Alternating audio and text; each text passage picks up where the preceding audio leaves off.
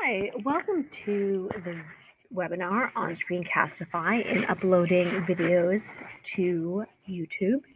The first thing that you want to do is to make sure you have the Screencastify extension. If you already have it, super. If you don't, you'll need to get it. And so you need to go to the Chrome Web Store. So if you search the Chrome Web Store and then enter in Screencastify, you'll see this. This is the extension that you want to add. Mine says remove from Chrome because I already have it. Yours, if you don't have it already, should say add to Chrome. Go ahead, click it, install it. It's already unblocked by the district. When you do that, the icon will appear briefly in your browser bar and then will go away. If you want it to stay there, you'll have to go to the puzzle, scroll down to find your icon, and then click the pin button. And so when the pin is blue, that means that the icon will also be visible on your browser bar. Now that you have that, let's talk about making a recording. Alrighty, so let's begin recording. I go ahead and click the extension. I have a few options. First of all, I have a browser tab that records just one tab. And you can see I have a few tabs open.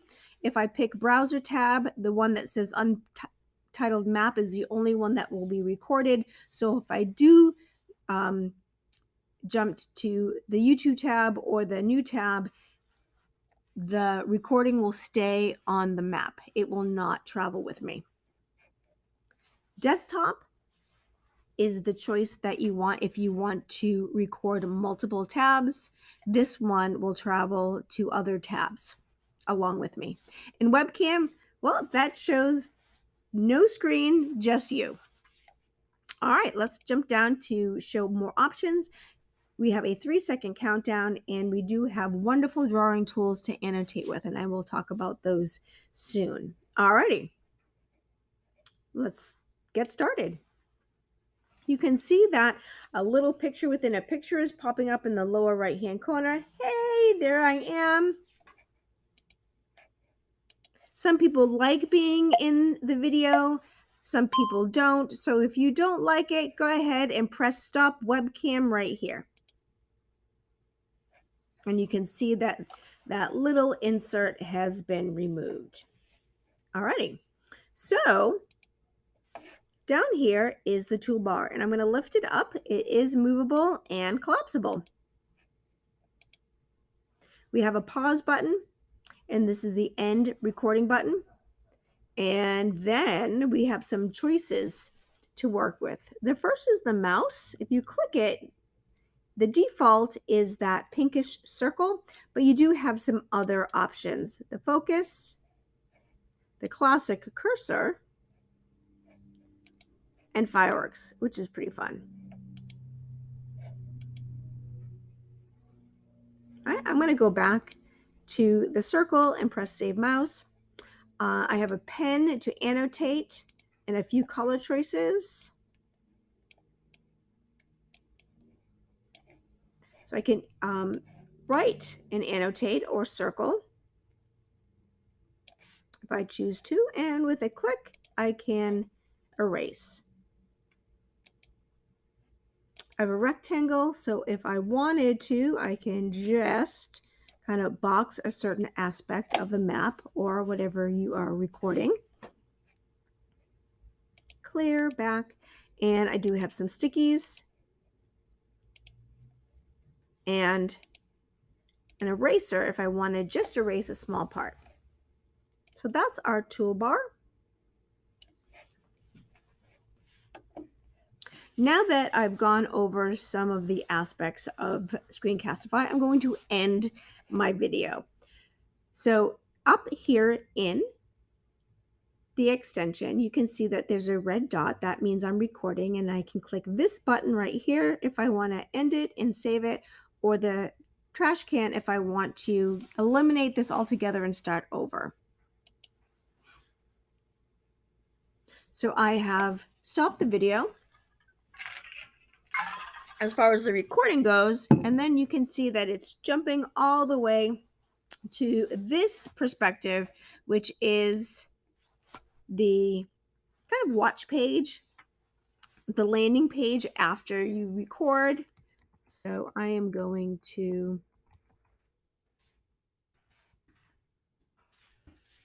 retitle it. I can delete it right away if I didn't like it.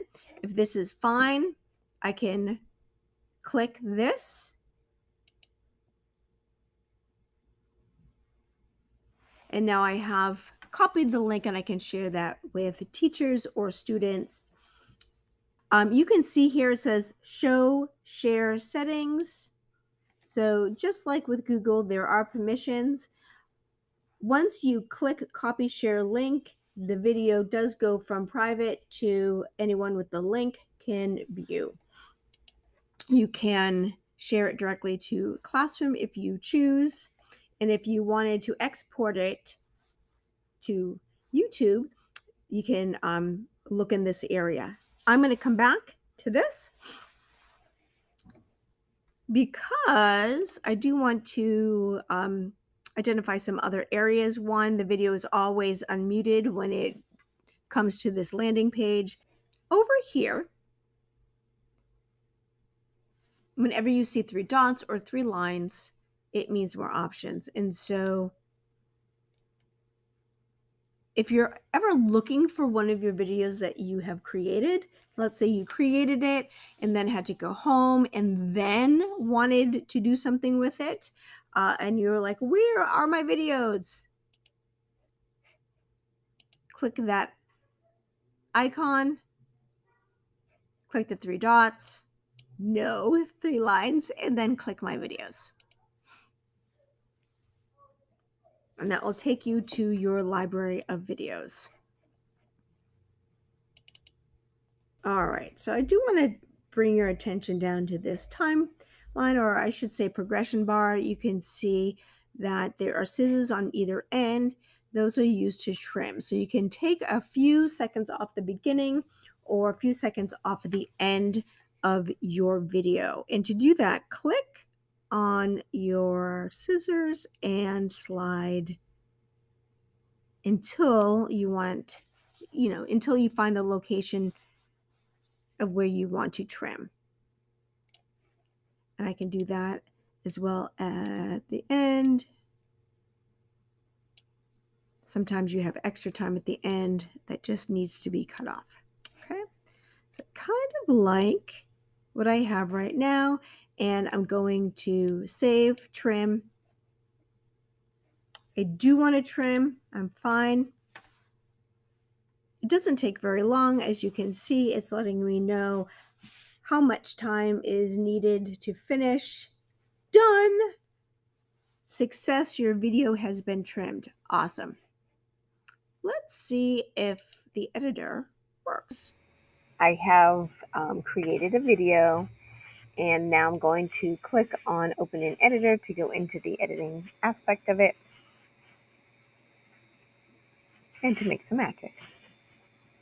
So you can see that my video is automatically placed in the timeline.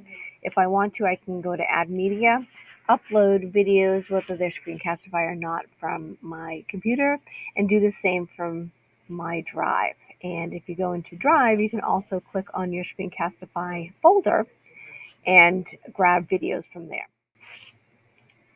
I can add a title because that progression line was at the beginning. The title slide slides into the beginning.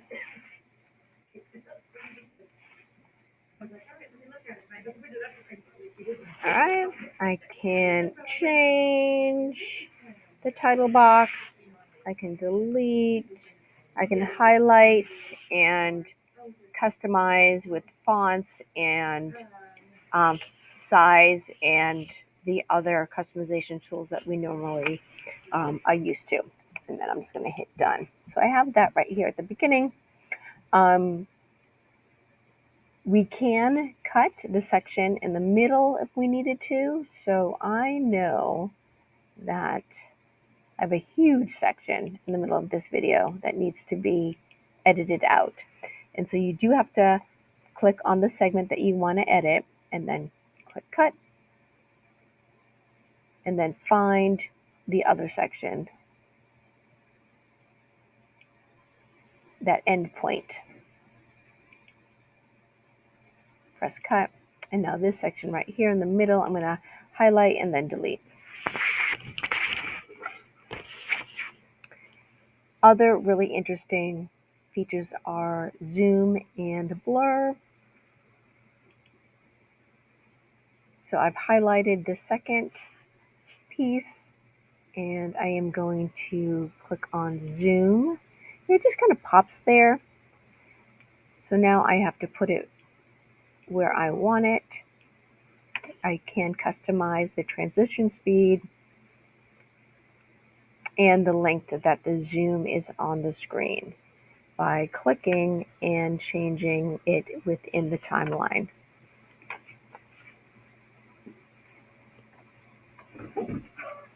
You okay? Okay. So now that I've clicked on it, I can grab and kind of alter the length that the zoom is on the screen. So let's check that out.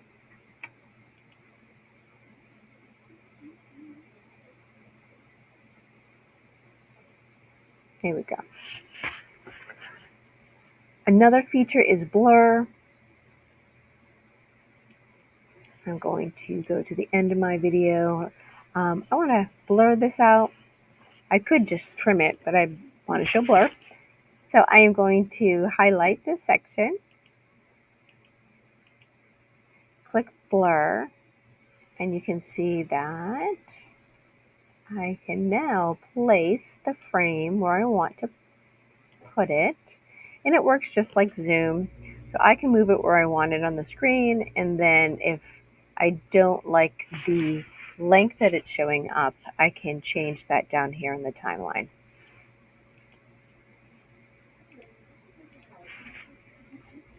Let's check it out.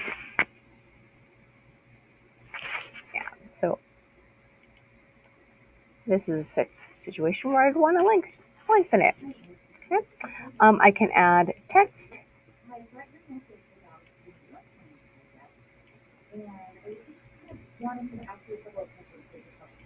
Bring this over.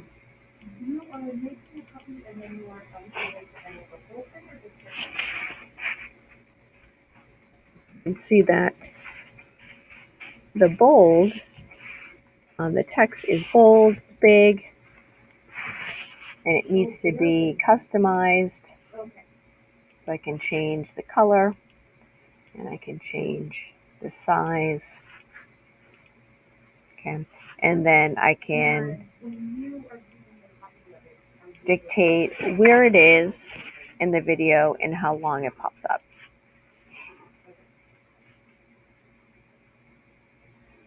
Okay. And then one more thing that I'd like to show is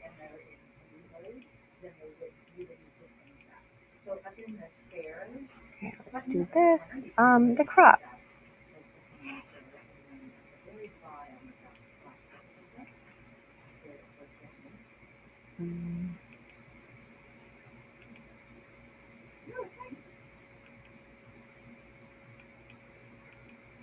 Your own copy. Yeah. Okay, so I'm going to cut here.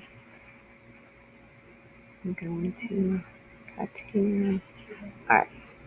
So this section right here, I would like to crop and just highlight the elevation profile maker. So I'm going to click crop and then place the box exactly where I want it.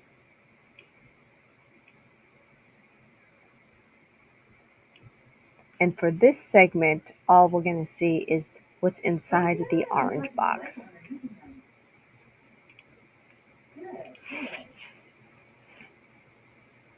Right. Right. Zoom. I'm going to jump ahead. cropping. Yeah, there's somewhere.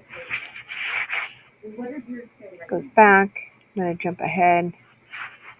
We see text, and then we also see blur. All right, so I hope this helps.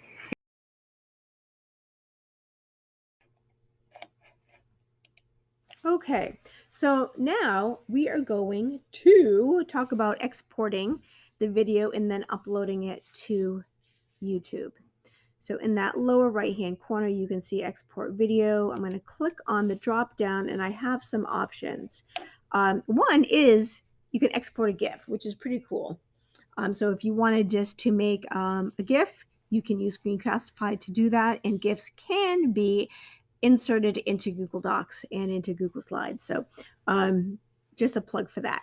But what I am going to do is export to YouTube. So I'm going to click right on YouTube.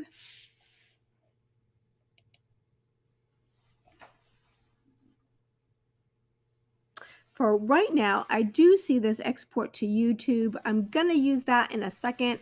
But I first want to show if you were to use the download file option. The reason being, whether you're using Screencastify or Loom or WeVideo or even Flipgrid, if you wanted to take that video that you have created and uploaded it to YouTube, you would first need to download the file. So although I'm not going to do that with all of the other platforms, if you are on a different platform and there's a download file, that's what you need to click. So now you have it on your computer and therefore allowing you to upload it to YouTube. So now that it's on my computer, I can see it right here. It's sitting in my files under download as well.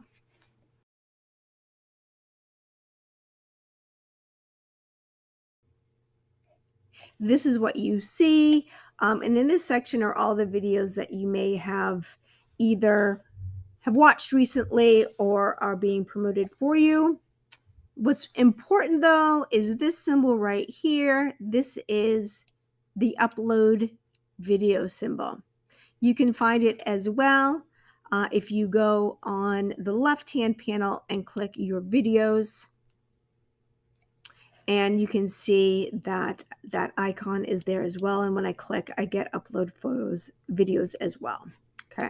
This is a good reminder that with the school YouTube channel, meaning the YouTube channel that's attached to your redlandsschools.net account, you only have 15 minutes. That's the length of video that you can upload. And so here I tried to upload a video that was about 40 minutes and it didn't let me. All right, so let's upload my Screencastify. So I'm going to hit create and I'm going to hit upload and it's telling me to select files. So I could either click select files and then grab it from my downloaded list, or in this case, since I have it right on my desktop, I'm going to drag. And you can see right now that it's being uploaded. I'm going to keep it as Screencastify Demo 2. If I want, I can add a description. I can also upload a thumbnail as like a first image, an image that students can see immediately before even clicking on the video itself. Okay, playlists are really important.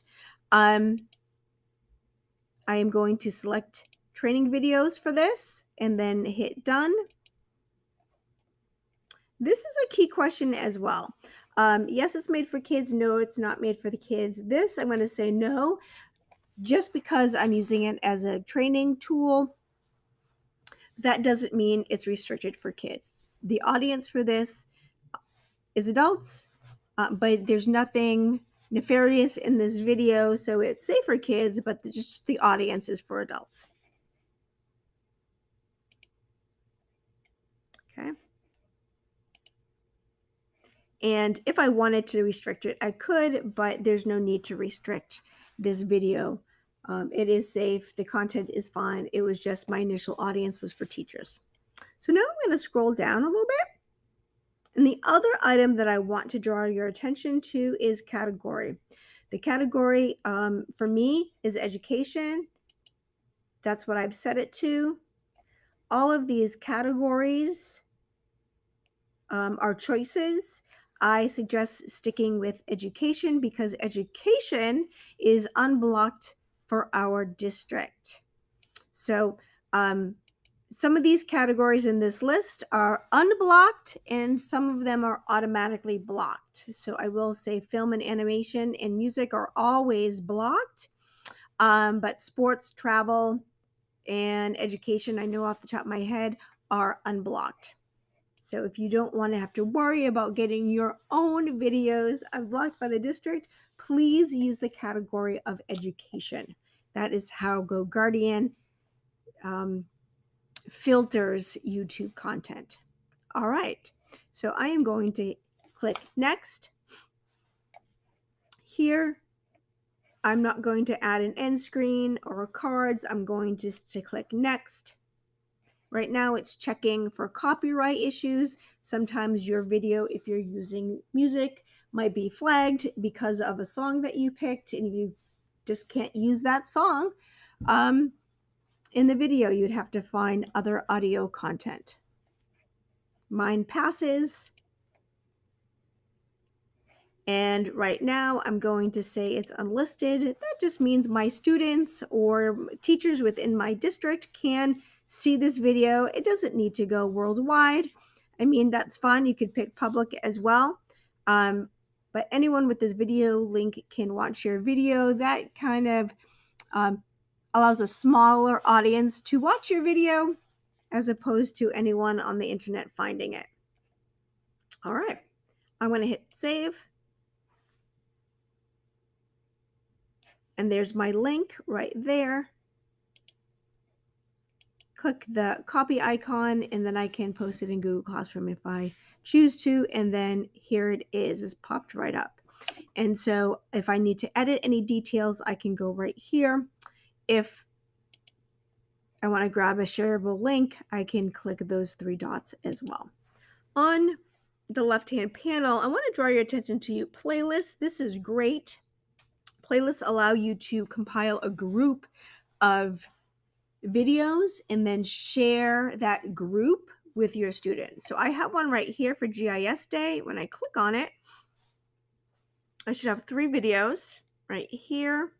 And if I click the sharing icon, you can see that the word playlist is in the URL, which means it's describing all the videos here. So with this link, I can share all 3 videos in this list.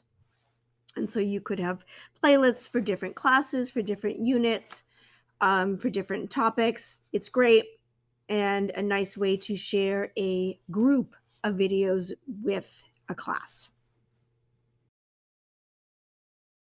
In this video, I'm going to demonstrate how to upload a screencastify video to YouTube. As you can see on my screen, I've already taken a screencastify video and I am viewing it in their watch page. And I'd like to direct your attention down to the bottom of the right-hand side where it says export video. Go ahead and open up that menu and you're going to click on export to YouTube. And when you do that, you get a pop-up. And Screencastify wants you to indicate which YouTube channel you want to upload your video to. So there is a level of connecting your Screencastify account to your YouTube channel. I've already done that.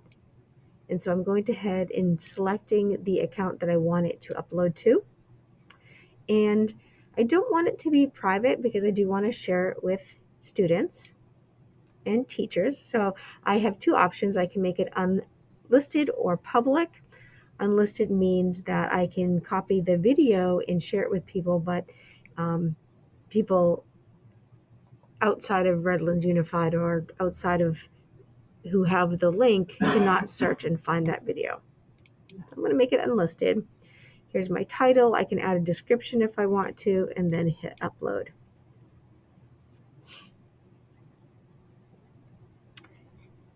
I could right now go ahead and copy the link or view it on YouTube. So I want to check it out. Here's the district YouTube channel, and if I refresh this, you will now see the video that I just uploaded to the channel. And I do want to edit it. If I wanted to change the title, I can.